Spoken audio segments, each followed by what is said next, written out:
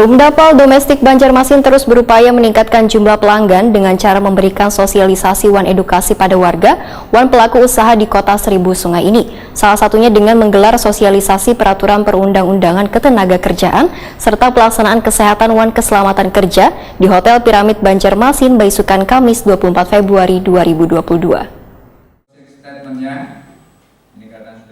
Perumda PAL Domestik Banjarmasin terus berupaya untuk meningkatkan jumlah pelanggan dengan cara memberikan sosialisasi wan edukasi pada warga wan pelaku usaha di Kota Seribu Sungai ini. Salah satunya yang dilakukan Perumda PAL Domestik Banjarmasin adalah bekerjasama dengan Dinas Koperasi Usaha Mikro wan Tenaga Kerja Banjarmasin menggelar sosialisasi peraturan perundang-undangan ketenagakerjaan serta pelaksanaan kesehatan wan keselamatan kerja di Hotel Piramid Banjarmasin, Baisukan, Kamis 24 Februari 2022. Kegiatan yang mengundang pelaku usaha ini menghadirkan narasumber Manajer Teknik Perumda PAL Domestik Banjarmasin Deris Kusdinar ST, Mediator Dinas Koperasi Usaha Mikro wan Tenaga Kerja Banjarmasin Dr. Andas Lepina Yahanaroti, Pengawas Ketenagakerjaan Provinsi Kalimantan Selatan Ngadino SH, Kabid Tata Lingkungan Dinas Lingkungan Hidup Banjarmasin Dewi Nanik Mukhairiani, Kabid Hubungan Industri wan Jaminan Sosial Banjarmasin Samsudin, Kasih Perdata wan Tata Usaha Negara Kejaksaan Negeri Banjarmasin Erik Lutfiansa.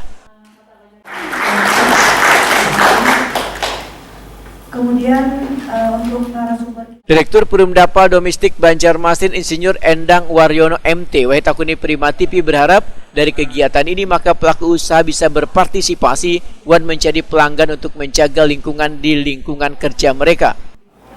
Kasih Datun, mudah-mudahan dengan pencerahan dan penyampaian yang diberikan pada hari ini akan terbuka kesadarannya untuk bisa berpartisipasi. Pak, selain upaya melakukan sosialisasi seperti ini, apa lagi Pak yang dilakukan Perumda PAL, Pak? Selain kita sosialisasi, kita langsung door to door karena kita juga pernah dapat bantuan dari Cipta Karya terkait dengan L2 E2. Kita tindak lanjuti dengan langsung ke masyarakat yang sudah menerima bantuan dari Cipta Karya. Alhamdulillah kita sudah bisa mendapatkan kurang lebih 58 pelanggan yang akan kita sampaikan ke PDAM dengan tarif 12,5% dari total pemakaian air. Berarti ini sudah bertambah Pak untuk para pelanggan Perumda PAL Pak? Ya, meningkat dari tahun sebelumnya. Insya Allah untuk tahun-tahun selanjutnya terus akan meningkat. Kabid Hubungan Industrial wan Jaminan Sosial Banjarmasin Samsudin menyambut baik adanya kegiatan ini karena bubuhan pelaku usaha harus memiliki lingkungan yang bersih agar bubuhan pekerjanya menjadi sehat. Ini hubungannya PDPAL dengan kami ini terkait dengan kesehatan tenaga kerja. Nah, dengan lingkungan itu sehat, kita berharap tenaga kerja sehat. Dengan tenaga kerja sehat yang prima sehingga hasil kerjanya juga optimal. Harapan kita gitu. Kita bisa bayangkan kalau masyarakat dalam hal ini masyarakat tenaga kerja kita sakit-sakitan, hasil kerjanya kira-kira kada optimal. Jadi kita berharap masyarakat secara umum khususnya tenaga kerja menyadari tentang kesehatan lingkungan, terutama pembuangan limbah domestik itu supaya bujur-bujur bisa dijalin kerjasama dengan PDPAL. Kabid Tata Lingkungan Dinas Lingkungan Hidup Banjarmasin Dewi Nanik Muhairiani menyatakan pelaku usaha harusnya mematuhi aturan yang ada di Banjarmasin terutama terkait dengan limbah supaya jangan dibuang sembarangan sesuai dengan izin lingkungan yang telah mereka miliki. harusnya ya sesuai dengan aturan-aturan yang ada di Kota Banjarmasin, baik itu masalah pengolahan limbahnya, termasuk juga sampah, juga termasuk limbah cair, juga B3 ya. Jadi mereka sebenarnya bisa mengelolanya gitu, Bu? Gimana? Pelaku usahanya harus bisa mengelola sampah itu, Bu?